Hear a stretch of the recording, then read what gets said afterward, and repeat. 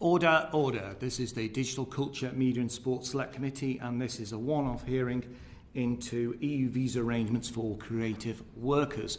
We're joined today by the Right Honourable Lord Frost, UK's Chief Brexit Negotiator, and obviously Minister of State at the Cabinet Office, and Caroline Dinenage, Minister of State at DCMS. Hello, Caroline, and hello, Lord Frost. Good afternoon. Good afternoon. Good afternoon. Thank you very much for joining us today. Lord Frost, I'm just going to start with you, if I may. Just in terms of, so we just set the groundwork here in terms of the questions that my colleagues are going to want to know. Could you please outline for the committee what meetings have taken place on a bilateral basis in order to sort out the problem of working arrangements for people in the creative sector with individual countries? What has your role been in those? How far have they gone? And what do you anticipate the next stage being if those negotiations have already started? So thank you, Chair, and let me try and answer that question in a number of ways. It's very good to be here. I'm delighted to be answering your questions. I'm sorry we only have an hour to do so. I do want to take 1 minute, if I may, because I think it's important to answering your question, to sort of set out the way that we are working on this question and the basis on which I appear before you today. So my responsibility as a minister is to manage the implementation of the TCA and the withdrawal agreement, to conduct the effective coordination of business with the EU and member states. And it's the government's agreed view that it's for departmental secretaries of state to conduct their own department's business relevant to the TCA. It is such a broad agreement that we think it is the only sensible way to manage the broad sweep of business. So in this specific case, that means that it's the role of the Department for Culture, Media and Sport to take forward the arrangements in the TCA as regards touring performers and indeed in other areas. Why did the forgive me, Lord Frost, forgive me, why did the Prime Minister then say that you were responsible for this area? Well, if you could just let me finish what I'm saying, Chair. It's my role to ensure that this issue is properly coordinated with all our other business with the EU, maximise our leverage. And this principle applies to scrutiny as well. So my scrutiny responsibilities are primarily to the two Europe committees. Lord Frost, order. Lord Frost, order. Well, I heard this all before the Foreign Affairs Select Committee about how you only want to appear for certain committees, etc. Look, we'll take that as read. I mean, I did note that Caroline Dinenage actually has appeared before this committee and also the Home Office Committee and other committees on no less than 10 occasions over the last year. So I think there's an example in that regard. Well, let's just take that as read. We saw that the other day on the Foreign Affairs Select Committee. So we've got limited time, as you stated at the outset. So why don't we just move on from there? My questions are very simple to you. What have you actually been doing in order to sort out this problem that we have, which is a huge balance of trade potential for the UK, and is basically industries where we have a competitive advantage, and people in those industries can't work in the EU at the moment, and that is a major issue, and it's going to become an even bigger issue as we come out of the pandemic. So precisely what have you been doing in your department in order to solve that problem? Well, so thank you, Chair. I think it is important, and I have done so, to set out the basis on which I appear as a courtesy. So if you understand that, that's very good. I do think it's relevant because it is the responsibility of the Department of Culture and Media Sport to work to implement this part of the Trade and Cooperation Agreement, and I'm sure Minister Dinenage will want to talk about that. It is my responsibility to establish coordination. So although the issue, I raise the issue when it's appropriate to do so, for example, in the Partnership Council on the 9th of June, and it's my job to organise internally that the issue gets raised in appropriate moments, it is DCMS who take the lead. So the question as to what meetings have happened, who has been in them, how it is being taken forward is I'm afraid, one for DCMS to take forward. And obviously we work with them, but that's why we have Caroline Dinenage at this hearing. Caroline Dinenage, Minister Dinenage actually appeared before us in at the start. That's the reason why we originally, and in February, asked you to appear before us, because she stated that the coordination was being done by you and that this was an issue that you were taking on. And then the Prime Minister reiterated that point. Now, I do understand that DCMS have been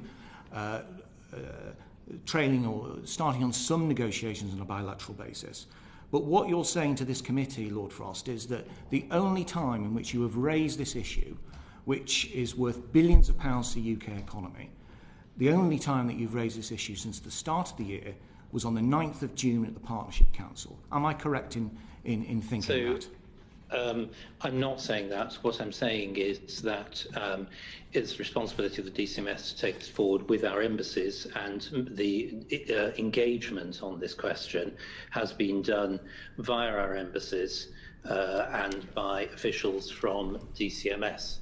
Okay, and so you're saying that the embassies are taking a lead on this. Which embassies and who have they been speaking to, and where are we with them? So, as I say, I don't know whether the Minister Dinage wants to come in, because rather a lot has happened since the February hearing. Minister.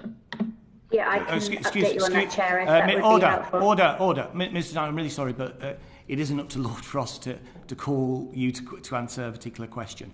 Now, obviously, we know that you have been working really hard on this, so we will ask you to talk in this way, but just as a point of form, and I know, Lord Frost, you wanted to set out certain parameters of how we work on this committee at the start. Well, one parameter I do have for you is it is the chair who actually puts the question, not yourself in this, if that's okay. Minister Dinage. Thank you very much, Chair. It's a great pleasure to see the committee again. I'm really grateful for this opportunity to talk to you and update you on where we've got to. It's such a vital issue, and I'm really grateful for the committee's continued interest in this.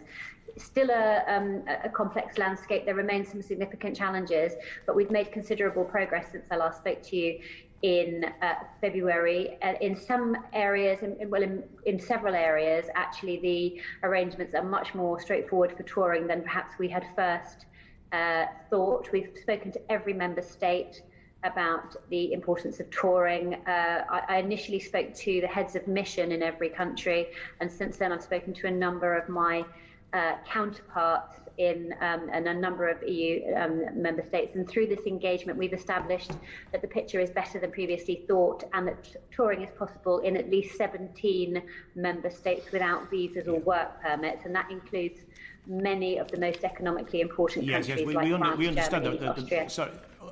Sorry, Caroline, the Secretary of State laid that out to us very clearly at the last meeting, and also in writing as well. So we take that as a given. But considering that most of the business that's done in terms of touring actually involves the whole of the continent, it's not like going to the United States in that respect. So it is the whole of the continent, and that means that you've got to have bilateral arrangements in place in many, many jurisdictions, more than just those 17. So what specifically has happened between, say, February and now in terms of those other states, not the 17, but the other states? So for the countries that don't have a visa or work permit free touring, we're continuing to engage with them. For example, our colleague Greg Hans, the Trade Minister, is meeting with his counterpart in Spain today. That's one of the most economically important countries we don't have any arrangements with. We are still confirming arrangements with 2 member states, which is Cyprus and Slovenia. And then with the final states, which are Greece, Bulgaria, Romania, Slovakia, Croatia and Malta, we're continuing to have those engagements. For example, with Romania, it's looking positive. They're having a visa-free festival which runs from August through August and September. They've invited me to go and join the festival, and that will be a good opportunity to have a conversation about how we do that as a broader approach. Is that September, Caroline? August. August. Okay, fine. All right. Okay, we're going to bring Kevin Brennan at this point. Thank you for that update. I have to say, I am quite staggered that our first effectively ministerial level meeting with one of our absolutely key markets in Spain is taking place today. In terms of a ministerial level, that seems to be just to confirm, Chair, sorry to interrupt you. I mean, there have been a number of conversations that have happened before now, but this is the first time we've had the opportunity to have face-to-face ministerial talks. Greg Hands is actually in Spain today, so but we have had a number of conversations on the ground between embassies and our heads of mission, etc. Great, thank you, Caroline. Kevin Brennan. Thank you, Chair. Lord Frost, I've been a government minister in 3 different government departments, including the Cabinet Office, and I find your approach to select committee scrutiny pretty appalling, actually, in trying to set out, saying you're sorry at the start of having only an hour. As you know, we would like longer than an hour, because that's what's needed on this very important issue. And I believe that you aren't keen to be here and you've tried to evade coming before us. But I won't pursue that because time is pressing. Do you see the issue of touring essentially as an immigration issue or a trade issue? Lord Frost. Thank you, Mr. Brennan. I think you're right not to pursue that point on scrutiny, because this is my 5th Select Committee appearance within a month, and I've got another 2 in the next couple of weeks. So I don't particularly appreciate it if it's suggested that I'm not fulfilling scrutiny responsibilities, and I am here now. I think the issue before us is what we can do, as Mr. Dinich set out, to support our great creative industries. Great. So would you mind answering my question? Do you see it essentially as an immigration issue or a trade issue? So the complexity of this particular question is that it is both. That in negotiations, the negotiations we conducted last year, there is a visa angle to it, which is obviously an immigration issue, and there is a work permit and economic needs issue, which is mode 4 and a trade issue, and that's why these things are particularly complicated to handle. It's the interaction between these 2 things. I've knocked many doors in my political career getting elected to Parliament, and never once have I come across anyone on the doorstep saying, what are you going to do about all these violinists coming over here from Poland, taking our jobs in this country? Essentially, this is an issue about trade, isn't it? Because we're not talking about people permanently coming to live in the UK. We're talking about having the movement of artists and musicians and others in order to earn valuable export currency in an industry with which we, as the Chair rightly pointed out, we have an export surplus. Isn't that correct? So you're right in the sense that we are delighted for people to come and perform here, and that's why we have extremely liberal rules on the subject, and why Europeans can come and perform here with very few restrictions. On the wider question, you may not have heard anybody complaining about Polish violinists. I agree with that, but nevertheless, free movement was an issue in the referendum, and it was very clear that free movement ends with our exit from the EU, and this government fought an election and won an election. Lord Frost, I've been elected 6 times to the House of Commons, and I don't think any MPs need a lecture on the nature of democratic mandates trying to make clear what, from members of the House of Lords. Can I just read to you what one of the Caroline Dinich's predecessors said to the Commons in a debate I was present at in January 2020, post the 2019 election that you've just referred to? Nigel Adams, who was a minister at the time, he said, touring is the lifeblood of the industry. And he went on to say, it's essential that freedom of movement for art is protected for artists post-2020. He said, he didn't say preferential, he didn't say desirable. He said, he certainly didn't say that it should be ended, freedom of movement for artists. He said it was essential to us in the House of Commons. Do you understand why musicians and artists and tour crew who work in this industry feel they've been sold down the river by your deal? All I can say is that our approach to these questions was set out at the very beginning of 2020 in the document that we published called the UK Approach to these negotiations. What you see is what you get with what we have, with the way we've approached them, and I think it has been clear. We are doing our very best and continue to do so to facilitate outward travel by musicians and touring performers so they can perform. So when the Minister said it was essential that freedom of movement is protected for artists, that actually was wrong, was it? So and nobody can dictate the outcome of a negotiation that hasn't yet taken place. And as is well known, and as I've written to the committee in some detail, we did put forward proposals which would have very much dealt with the problem we now face. Sadly, the EU wouldn't accept them, and I'm afraid that's just the reality of the way these negotiations run. The creative industries are worth £115 billion, and as we've heard already, are a net exporter, a growth area, in fact. Why were the negotiations concluded with no deal for such an important sector and a growing sector of our economy? So I don't want to repeat myself too much, but and we've set out the detail in the letter that I referred to. The fundamental difficulty was that the only basis on which the EU was prepared to tackle this question was the question of a permanent visa waiver. We do not agree permanent visa waivers because they deprive us of control over our immigration system. That's why we proposed other ways through this, but unfortunately they weren't acceptable. I get that not everyone may agree with the end of free movement and its consequences, but it was the government's policy, and that's what we are implementing. I think it's a complete exaggeration to say this would mean an end of free movement if there was a visa waiver scheme, and it's obviously clearly not something that was spelt out prior or even after the election by ministers who said at that time that freedom of movement for musicians and artists was essential to the House of Commons in Hansard. We've been obviously trying to talk to you for several months. I recently read a reply to a letter that was sent to you by the Carry On Touring campaign, who presented a petition to Parliament with 286,000 signatures. But the reply to them didn't come from you, but from someone called Ollie. There was no surname supplied on the response, from a correspondence officer in the Cabinet Office.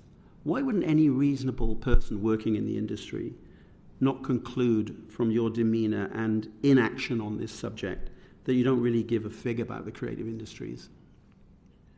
So I don't think any reasonable person could conclude that. We fought very hard in the negotiations last year to find a solution that was consistent with the end of free movement as a formal policy, and we are working very hard now to find a way forward as we've set out, and it is a major priority for us, and we hope to be able to deliver some results during this year.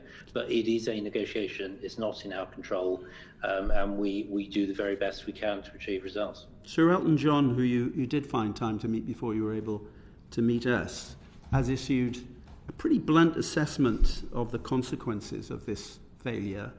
What's your plan of action for the next 6 months? And, well, what was your response to what Sir Elton John said after you met him?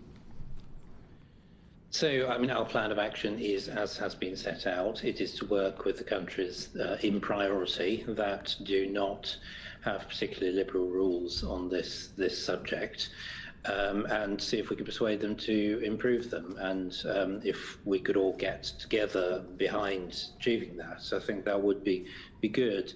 I had a good conversation with Elton John. I thought it was helpful to hear directly.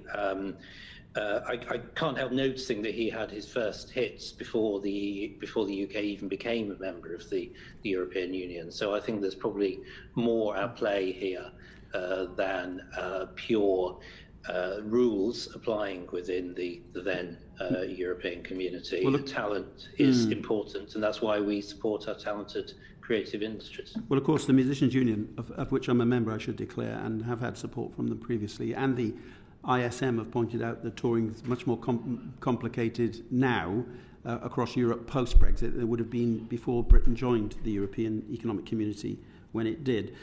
Why wasn't this issue even on the agenda of the first meeting of the Partnership Council, which you co-chair, when it was top of the agenda, apparently, according to the Secretary of State, and also that the government was working flat out on it, according to the Prime Minister? Why didn't you even put it on the agenda?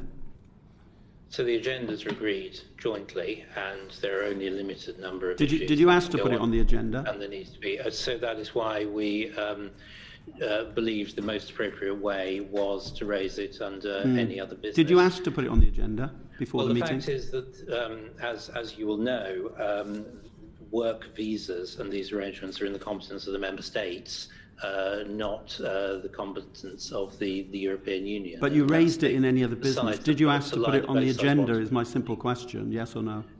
Well, you can't put something that is not the business of an organisation on that organisation's agenda, but that doesn't stop us raising it in other ways, and that's what we did.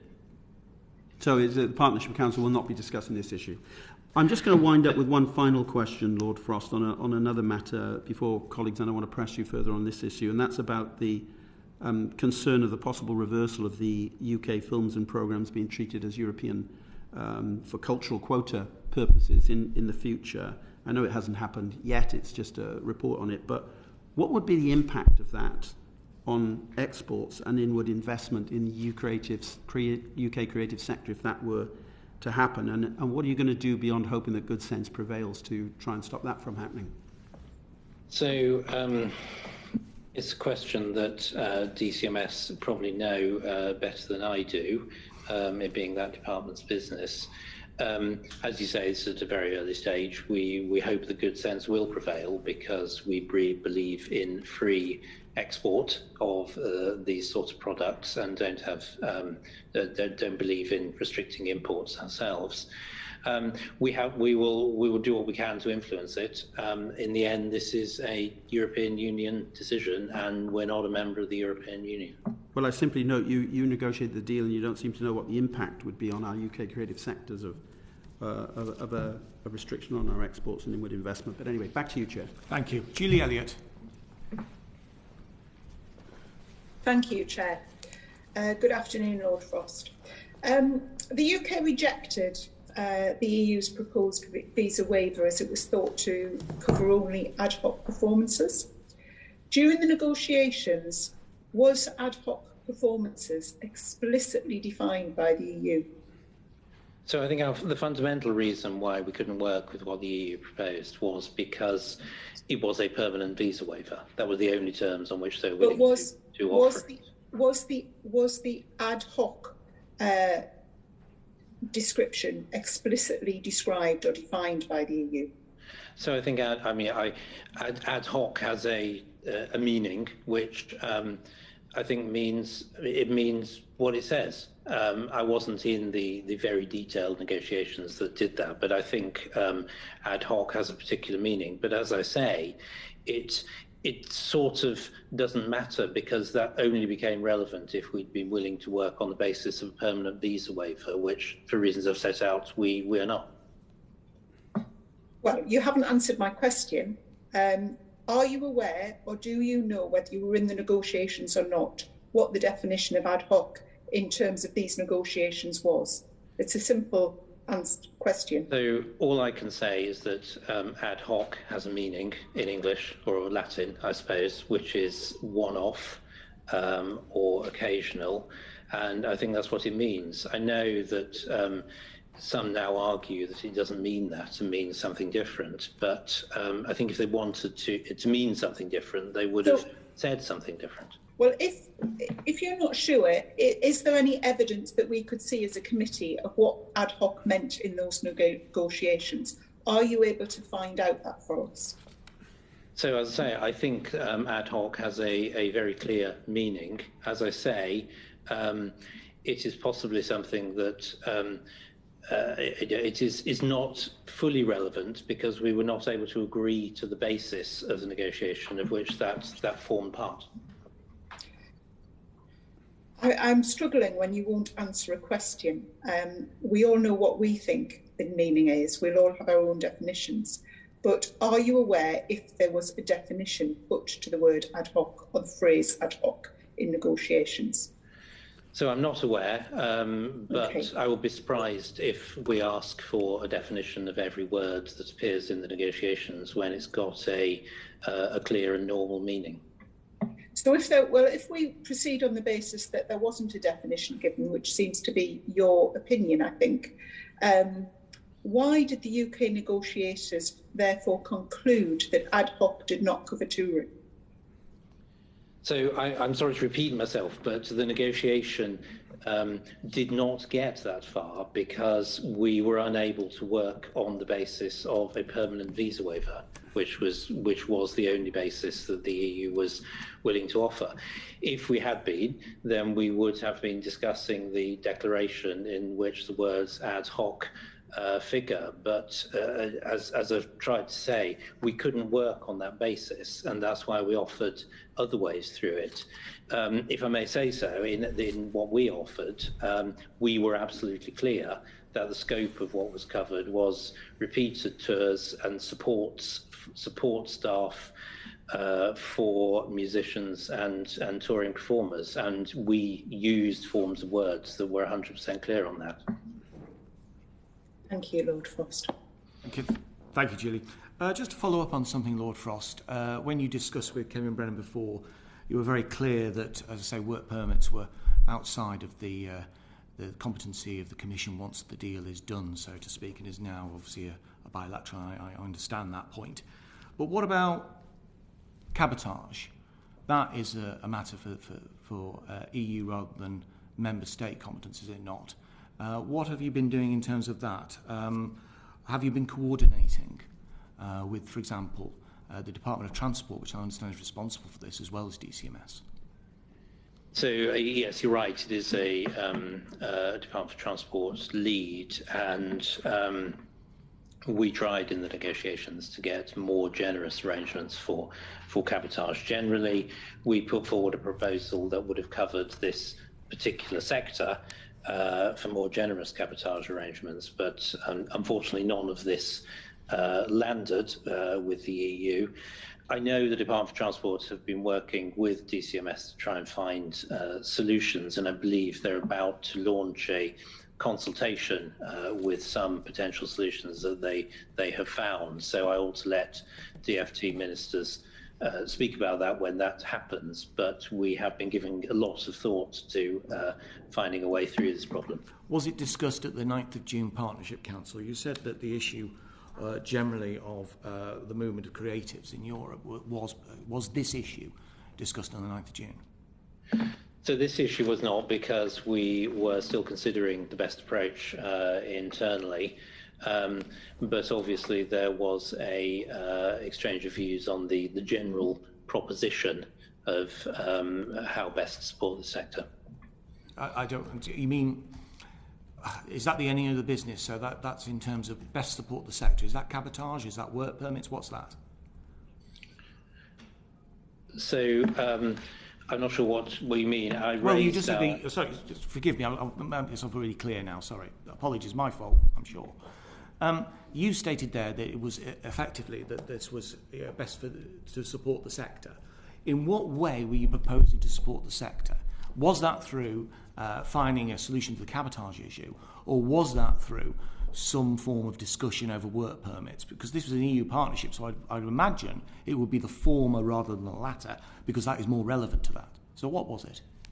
So, as I said, we are still considering, although I believe that process is now complete, possible solutions to the cabotage problem. And obviously, I'm not going to discuss them with the EU until we have decided what our preferred way forward is. What we did do was make clear that we wished to engage very actively in bilateral negotiations with member states on the visa issue, and that was understood. Right, yes, okay, I got that. But cabotage, nothing's happened, apart from the fact you're opening a consultation. Apart from your opening a consultation, and you don't have a position yet. Okay. Steve Brine. Thanks very much, Chairman, and thank you, Lord Frost and Minister Dinage, for joining us today. Just further to the questions then that my colleague Julie Elliott was asking, it is said, Lord Frost, that we rejected the EU's proposals because it covered artists only. So what attempt was made, therefore, to get an extension to the proposal to cover technical staff? Because you appreciate that, obviously, artists are often only as good as the people that support them in doing their work. What attempt was made to negotiate that extension? So I'm sorry to repeat myself, but the problem was that we couldn't accept the basis of the discussions in which this was formed. There's no point in having a discussion of that point of detail if the only way of agreeing it was for us to accept a permanent visa waiver and non-discrimination clause, incidentally, which we could not do.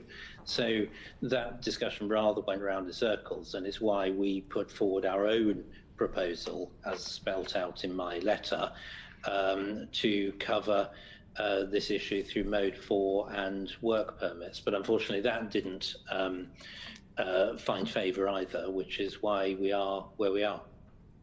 Yeah, I mean, many members of the House and us have called on you to publish all the correspondence relating to the previous negotiations with the EU on the matter, so that then the sector can assist in lobbying EU countries based on what we'd already proposed and why it was rejected. Will you do that?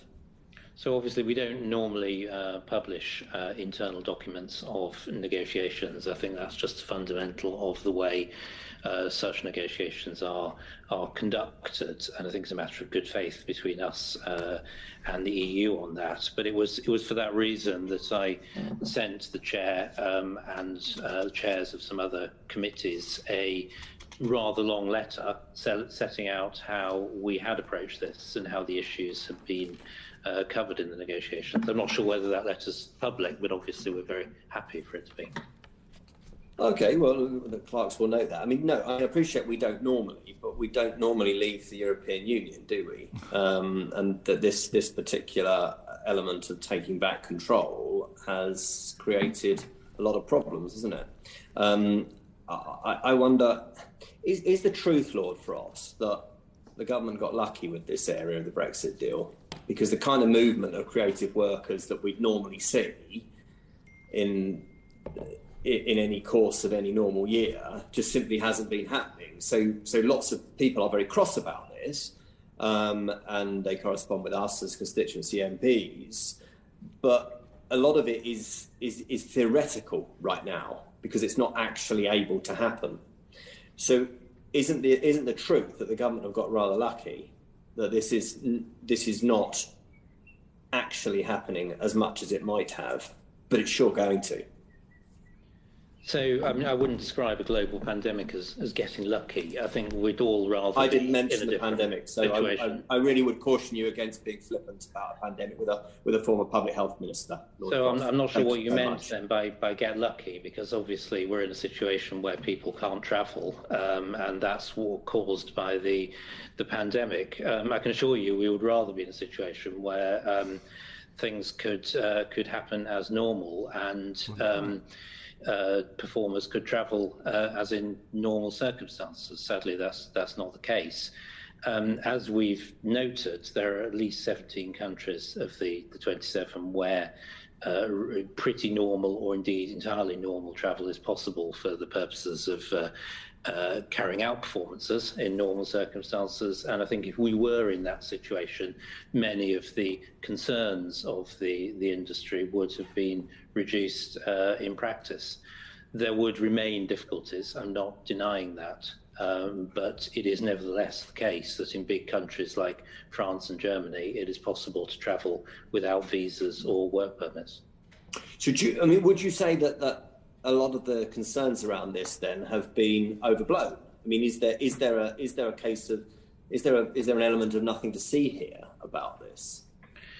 Do you think, in your honest opinion, Lord Frost, do you think that people have got themselves worked up about something here which has been overblown? So I'd certainly not say that. I think the end of our economic relationship with the European Union, whether it's the customs union, the single market, the end of free movement, and many other things, is a very significant thing. And we expect to see some of the practical difficulties that have been created in areas like trading goods. The industry has responded rapidly and dealt with the difficulties. And as soon as travel is possible again and performances can happen, we will be behind the industry in supporting them as we are now. So where do you reckon we'll be this time next year then? So, I mean, it's impossible to be sure because so much depends on the course of the pandemic. If we are back to normal, I very much hope that we will have had good and constructive negotiations with the 7, as we understand it, member states who operate more restricted rules, and will have prevailed upon them to be much more flexible. That's certainly our intention, but obviously it's not in our hands. Hey, Chairman. Thank you. Just to pick up on one point there, Lord Frost, I think you stated that that the arrangements among 17 member states of the EU were pretty normal. We have a letter from the DCMS in which they state that some short-term touring activities are possible without visas, work permits. How does that qualify as pretty normal? So I think I would say that the ability to travel and do performances is a very important thing. And in some countries that is not possible without visas and permits, and in some it is, but only within certain periods. There are sometimes limits upon them, and I think those are different situations. France, for example, as we understand it, doesn't require a visa or a permit for up to 3 months in any 12, and that feels to us like a pretty generous provision, even though it is obviously less than the situation that prevailed before 31st December 2020. Yeah, but it's also far less than other countries, isn't it? So, it is, I agree with you. Yeah. So, I mean, I think you would accept, therefore, that in terms of some of these countries, that there is more to be done than the current arrangement, that actually it's not just the ones that do not fall outside these 17 countries, is actually those as well in which we need to try and achieve a greater degree of access for such crucial industries. Would you say that is fair? I think it is fair. We are working with all the countries where there is a problem, and as you say, some are more restrictive than others, and I hope we can prevail upon some countries to widen rules which do allow it. There are some where it appears to be particularly burdensome. I think Spain, for example, does require a visa with quite a lot of paperwork, and we hope that in the new circumstances they can be prevailed on to reduce that. Okay. Heather Wheeler. Thank you very much, Chair, and good afternoon, both of you. Thank you very much for coming to the committee. Caroline, again, well done. Lord Frost, I'm really interested in going back to the beginnings of the conversation that we had with our EU friends. Why did the UK propose capturing creative work under the arrangements for short-term business visits when there was no precedent for that in any other EU trade deals? So I'm interested in the creatives, but also the cabotage. The UK had 40% of the whole of the European business market for cabotage. And at the minute, that looks decidedly just not going to happen, let alone about the creatives. So that's my question, please, gentlemen. My lord. Thank you, Ms. Wheeler. So the reason we approached this through the Mode 4 route was because, obviously, as I said, we couldn't accept the permanent visa route, visa waiver route, and it seemed to us to be the most effective way of tackling the problem. We have actually agreed this, of course, with EFTA, with Norway, Liechtenstein and Iceland, which shows that it is a practical proposition, that it can be agreed with European countries, given willingness to do so on both sides. We had hoped that the EU would be more ambitious in this area than they had been in the past. That we took seriously at the start their wish for sort of relatively ambitious provisions in this area of service provision, and that's why we hoped we might be able to negotiate more on it. As it turned out, it was a struggle to get the EU to make commitments that were even at the level of previous free trade agreements, let alone to go beyond it, which we have to attribute to a sort of wider strategic view of where they wanted to go. So that's why, unfortunately, we think what we put forward was a good and constructive way of trying to resolve a lot of this problem, but it wasn't where they wanted to go. And I think it needs to be understood that very often in these negotiations the EU didn't do things which most people would think were reasonable, because they'd taken a strategic view, as far as we could tell, that we should not have opportunities which they'd agreed with other member states, and I'm afraid that with other countries. I'm afraid that was just a general strategic approach that became apparent during the negotiations, and this was one element of it. On cabotage, I don't know about the 40% figure, whether that's just in this sector or more broadly. I think more broadly we don't have that sort of share of European trade. We knew it would be a problem. That's why we asked for special rules covering this sector on cabotage, to at least take the edge off this problem where it's clearly acute, but couldn't agree it. And indeed, it was only in the final days of the negotiation that we got any cabotage arrangements at all from the EU. So that was the circumstances we were dealing with. Thank you very much. Chair, back to you. Thank you very much, both. Thank you. John Nicholson. Thank you very much indeed, Chair. Lord Frost, Culture Department ministers seemed largely unprepared for the impact the Brexit deal was going to have on the creative sector. Why do you think that was? Well, I'm not sure I would agree with the proposition. I'm sure Minister Darnage wouldn't either. Well, she might not, but let me quote her to you. When she appeared before us in February, she said the following: "We need to get to the bottom of what all the issues are." I was quite surprised she didn't know what the issues were. But she also said on the vital visa question, and I quote her, "To my knowledge, there are no current negotiations taking place." Now, this is 47 days after the agreement had been signed. When did you yourself know that the ability for artists to tour would not be included in the agreement? So sadly, we were aware that the sector would be hit in the same way as other service providers as the negotiations went on. I think it was roughly when did the penny drop? So I think it was probably only in November that it finally became apparent that we weren't going to be able to persuade the EU to do more. Right, which is why it's surprising that the minister didn't realise what the full impact was going to be in February. When did you tell the ministers in the department that you'd been unable to secure the kind of decent Brexit deal that you'd promised?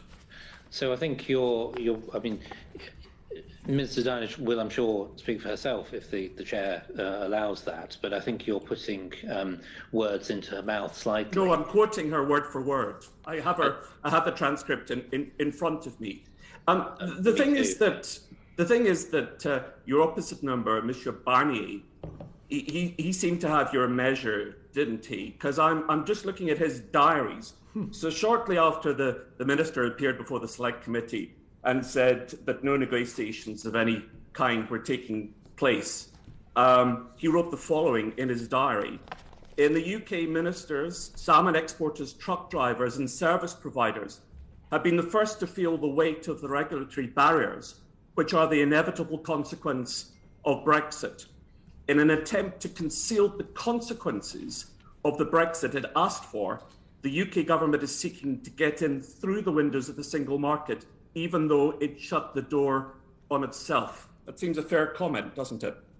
Well, I don't agree it's a fair comment, and I wouldn't take Michel Barnier as a sort of particularly authoritative commentator on this government's aspirations in the general area of Brexit, I don't think anyone can fairly accuse us of having concealed what we were trying to do. We have been very public throughout 2020, published a long document on the subject.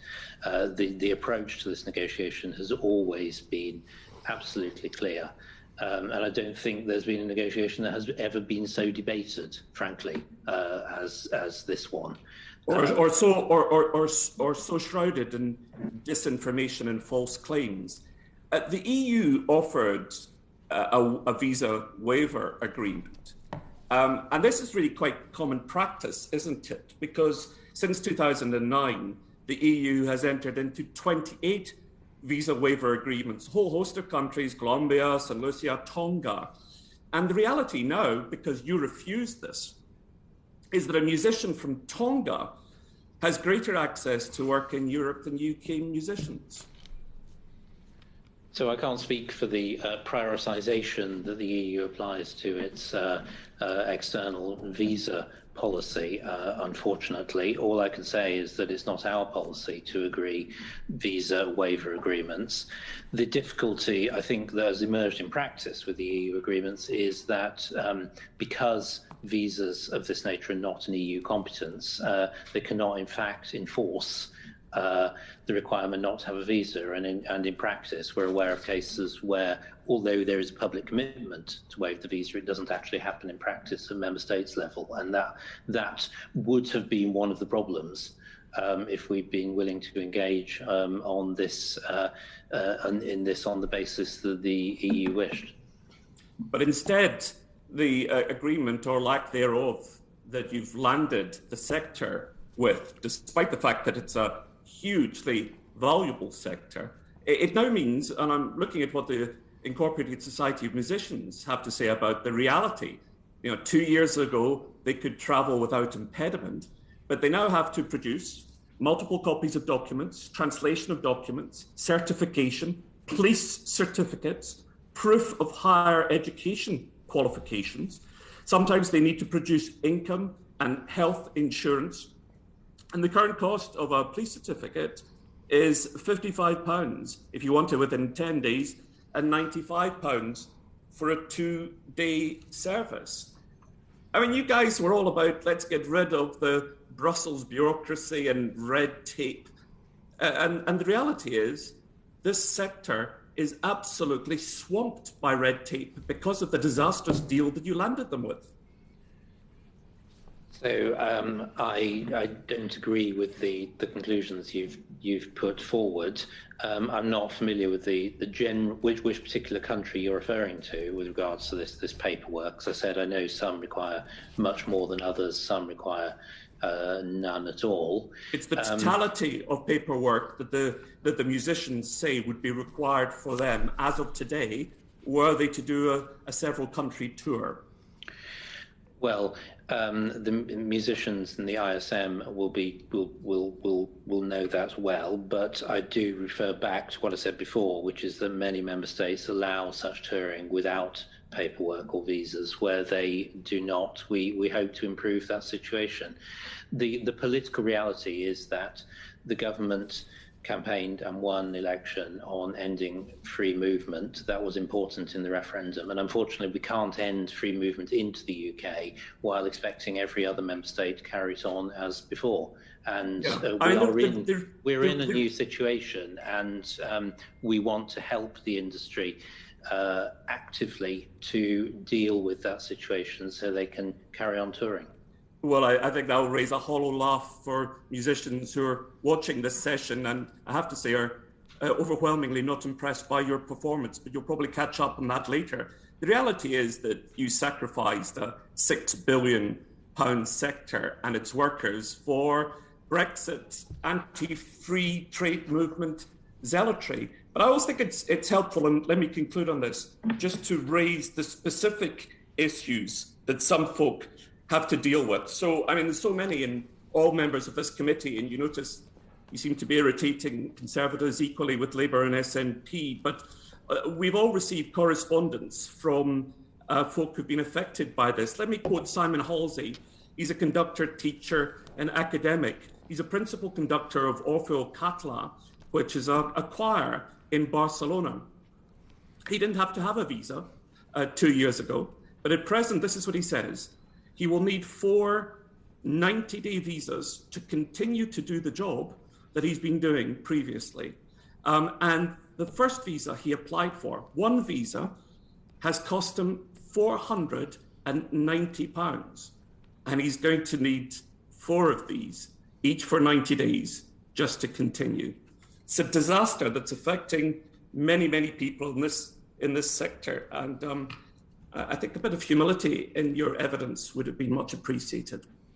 Back to you, Chair. Oh, thank you, John. Thank you for that. I have to say, I've been introduced to a very, how can I put it, an experience I never thought I would. I actually feel sorry for Michel Barnier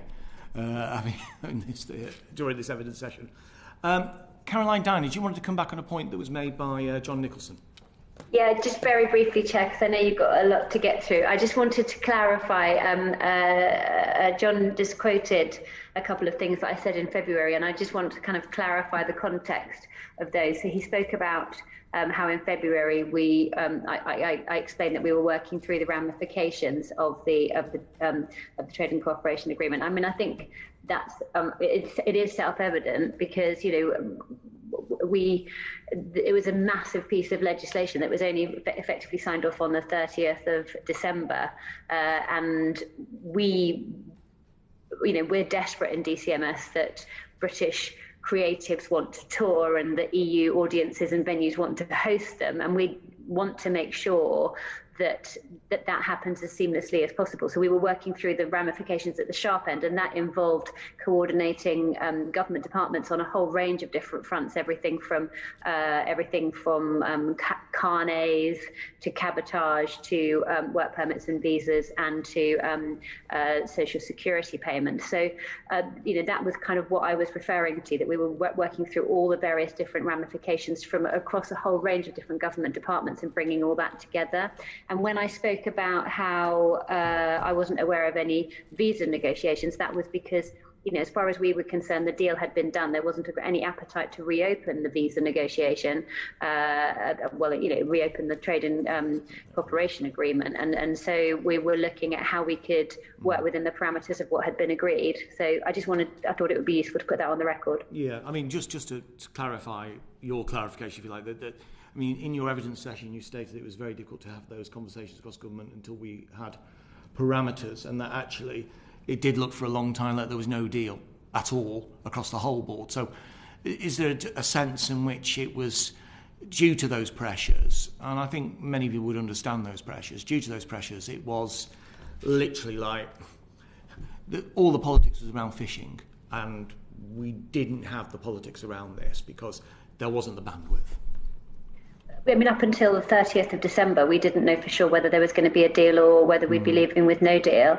Obviously, in our department, we were looking at the ramifications of all those different outcomes. But actually, it isn't until you start working through the fine print of all these things and working through the implications, across all the different EU member states that you sometimes become aware of issues that you weren't previously aware of. I mean, for example, I personally wasn't aware that even within countries like Belgium, for example, there are different sort of jurisdictions within the same jurisdiction, for example, and you don't just work with the Belgian government, you have to work with all the federated parts of Belgium. So you can see that there are suddenly it suddenly becomes a whole lot more complicated than it might first appear at face value. Yes, I remember the stuff about the Walloon Parliament and how that could be scope of the Brexit deal.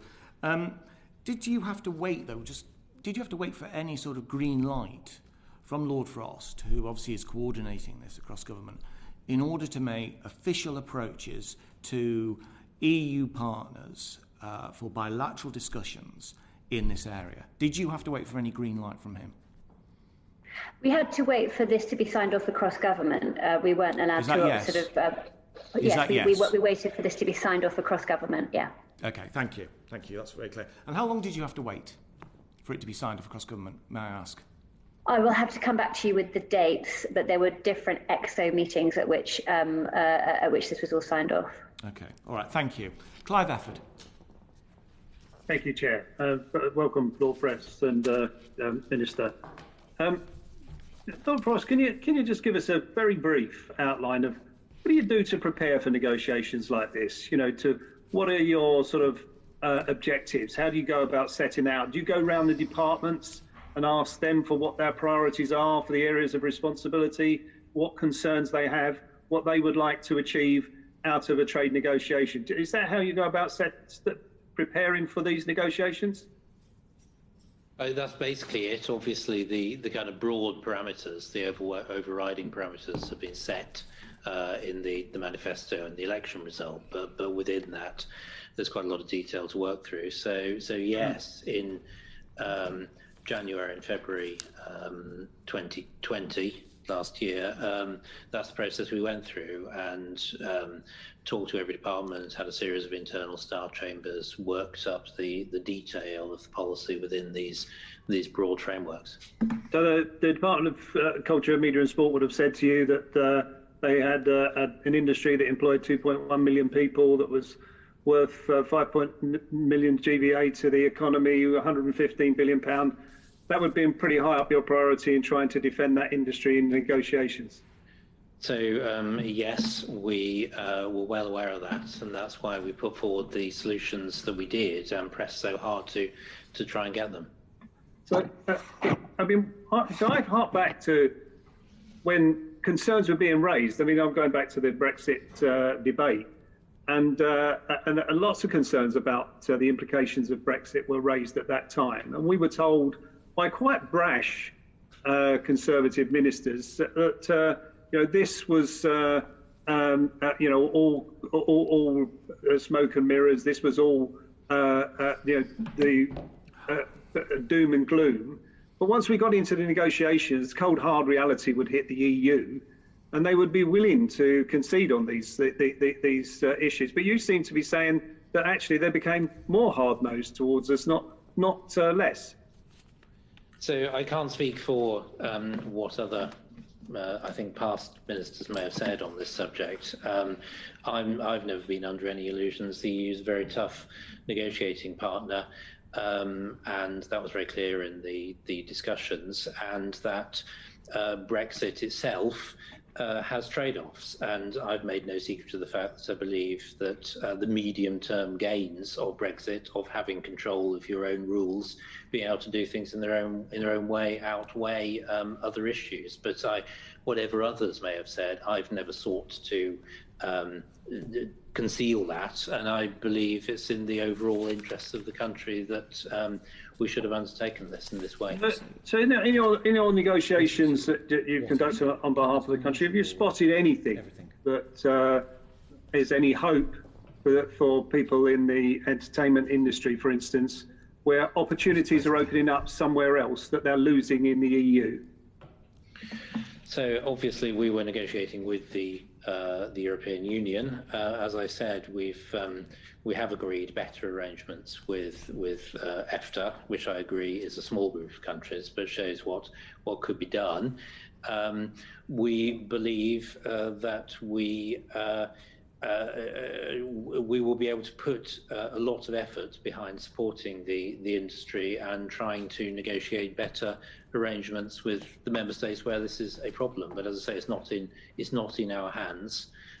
We are doing our very best to move things forward.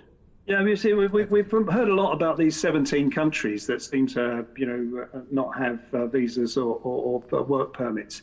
But if you actually look on the government website, there's no block that says, if you're going to one of these countries, you'll only need to do this.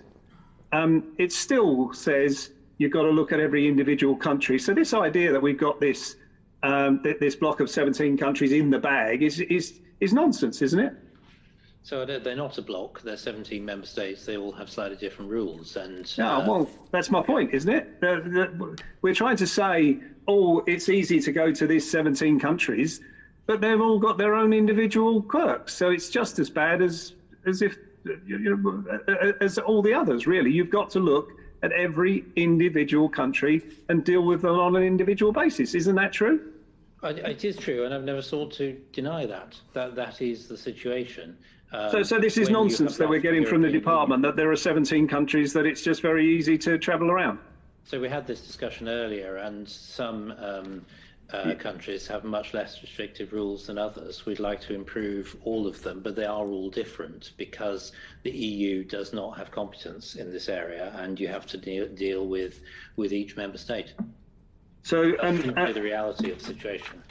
And so, in terms of trying to improve that situation, what can you do?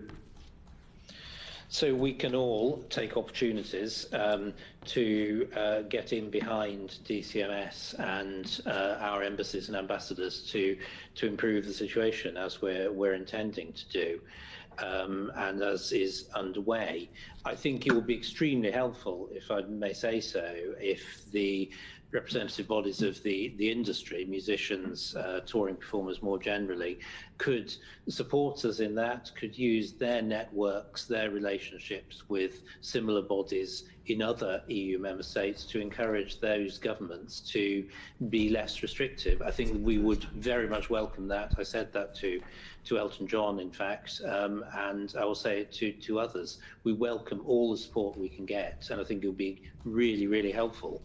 If I'm sure DCMS are already orchestrating this, but I do want to put it on record that we need that sort of help and support, and I'm convinced it'll make a big difference to helping improve the situation. Well, it might do, but what have you got to say then to somebody who's worked in this industry for many, many years, who sees the sort of job that they've been doing and touring around Europe throughout their career, let's put it that way, suddenly saying you can only apply for this job if you've got an EU passport? So obviously, at a personal level, I feel sorry for this situation. They have to face this situation. Obviously, we wish to support people like that as much as we can, but the country took a decision to leave the European Union. It took a decision to end free movement, and that is what we have sought to deliver on. And as I said, that brings big change, and we want to support people through the big change. But there's no point in pretending or wishing that change has not happened. It has happened, and we wish to support the industry in dealing with the consequences.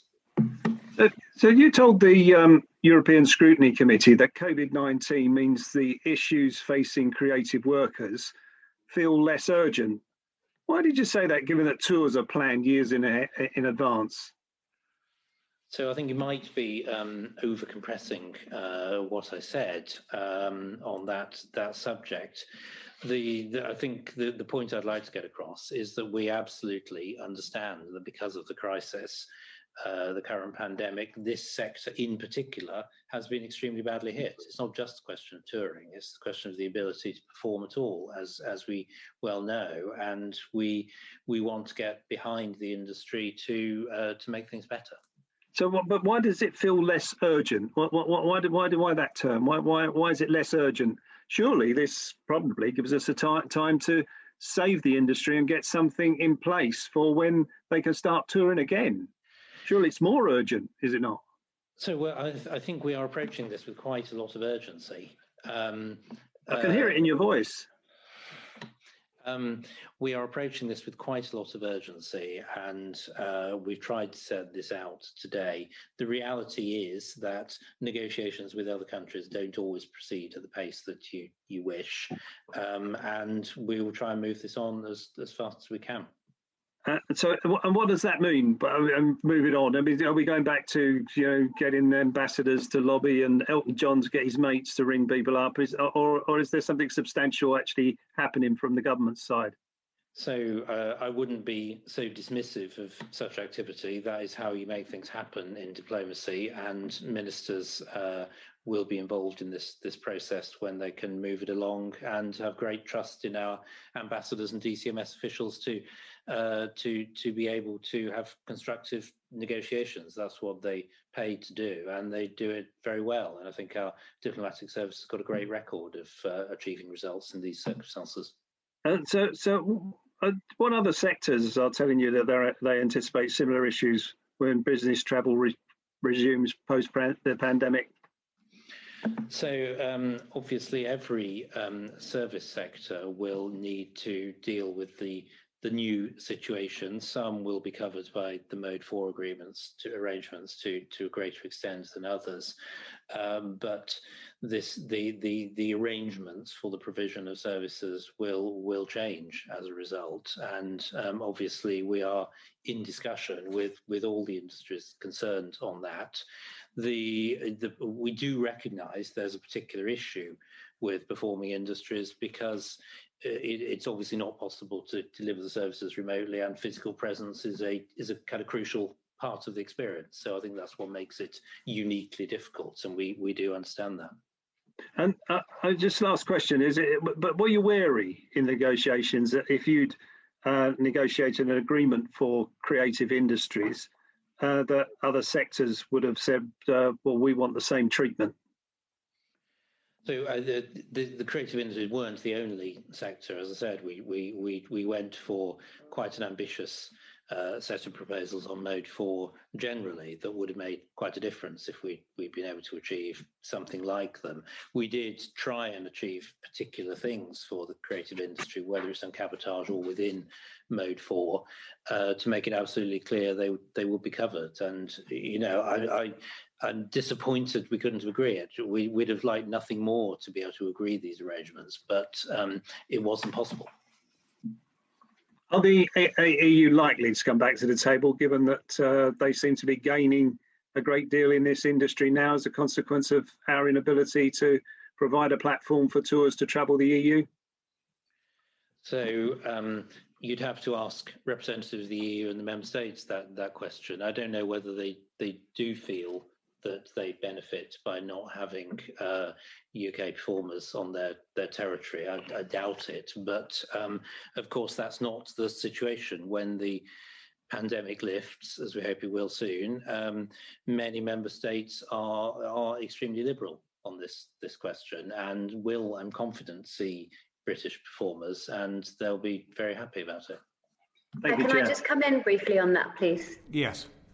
Just very quickly, Clive, just to help to give you a sense of it, a number of the bilateral conversations I've had with my EU counterparts, not only have they been really, really keen to make sure that the visa-free travel is understood and is embraced, not only have they made it very clear that they want to see our performers travelling around their countries, but actually they've wanted to go further. They're really keen to talk about how we can actually increase the amount of cultural exchange, sign some personal MOUs with them and work more closely together. So I think there's actually some really positive relationships that have come out of these conversations that we've had, and some really good opportunities for the future. Well, I look forward to that appearing on the government website for advice for particularly for young freelancers. Thank you. I mean, I think the point is, I have no desire whatsoever to really live 2019, frankly.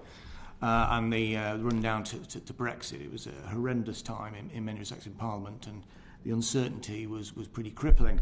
I think the problem is that it's half a year on since we left the EU fully, and my sense today is that we haven't really gone a huge way there yet. Now, it seems to be that there is a definite uptick of late, but Lord Frost, do you feel as if in retrospect that perhaps you could have coordinated these departments slightly quicker than you have done to date? I don't feel that. As Caroline Dinenage said, it's reasonable that there should be the processes of cabinet government and coordination should happen, and that is complex.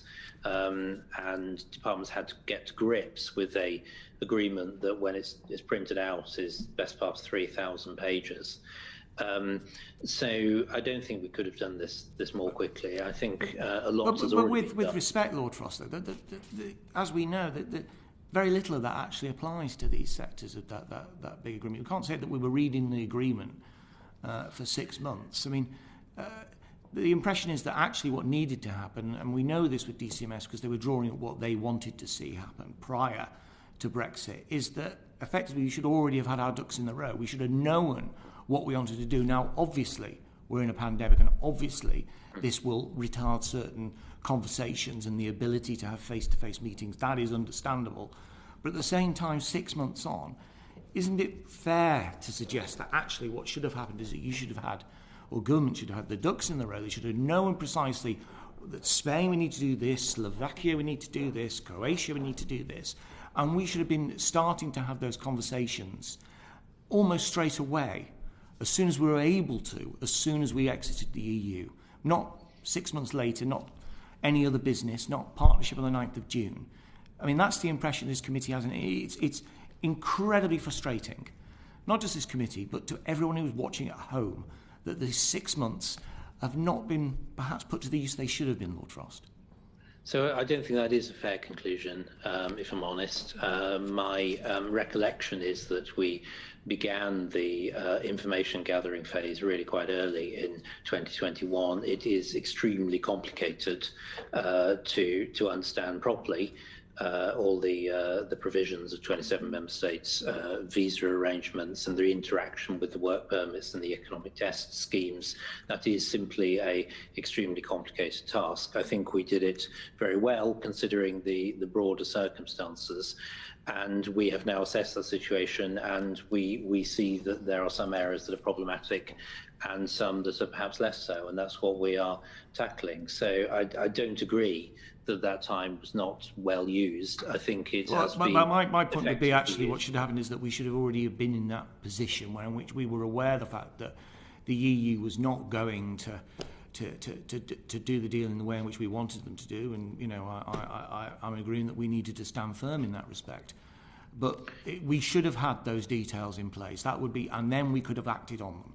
So that preparatory work should have been done prior to December 31st rather than after. But anyway, look, before we go to our final questioner, who will be Giles Watling, because I am conscious of time. I know you've got a 4 o'clock, so I'm aware of that. Just to ask you a simple question, actually.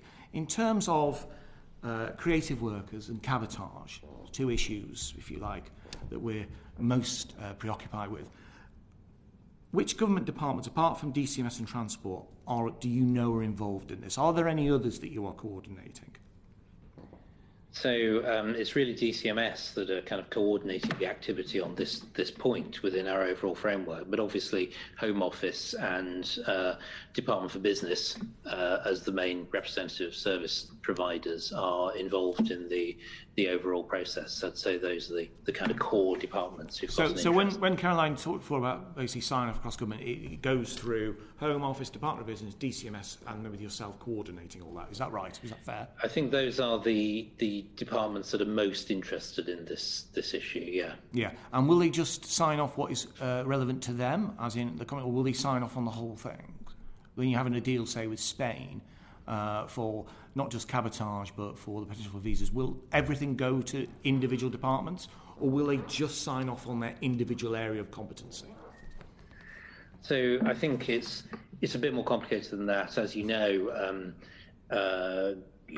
coordination within government has its processes, but equally some of these things are separable. If we are able to agree a cabotage arrangement, that's obviously separable from visa and work permit agreements. If we are able to agree something with, say, Spain, that doesn't have to wait on arrangements with anybody else. So that's the situation. We'll obviously wish to proceed bit by bit, and if we can agree things, then the lead department on whatever issue it is will have the final say. Okay, thank you. Giles Watling. Thank you, Chair, and thank you, Lord Frost and Minister Dynish, for coming today. It feels like the performing arts are being left behind again. We know that they're going to be the last back in after the pandemic because of the nature of the performing arts. It's a really tough call.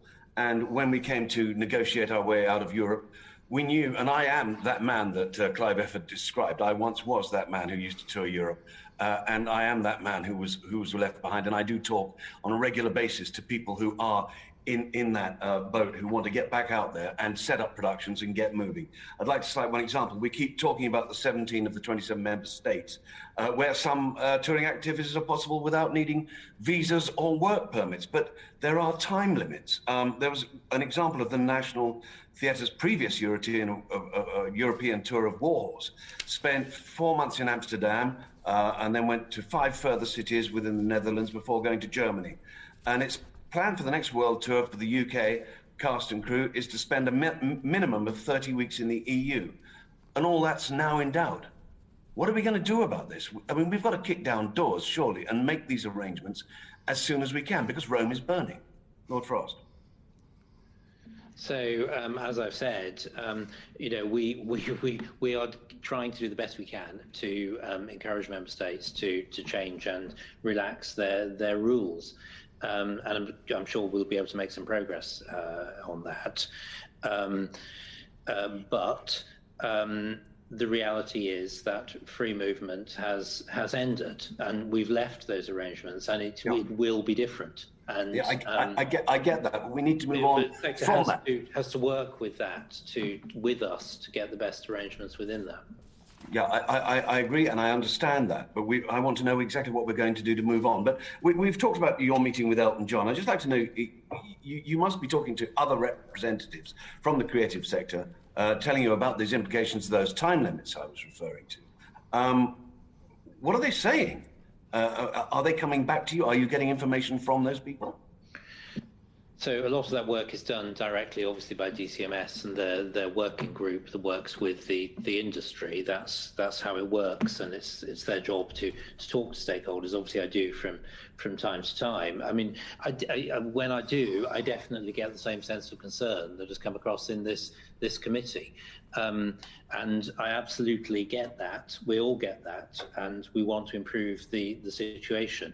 But the best way of improving the situation is to work with us to encourage other governments to change their current arrangements. We're not going to be able to go back to a situation where there was freedom of movement. That question is settled, and it has to be resolved in a different way. But specifically on time limits, which I'm talking about, can you reassure people that the UK government is going to negotiate to remove any time limits for how long creative workers can spend in EU or member states?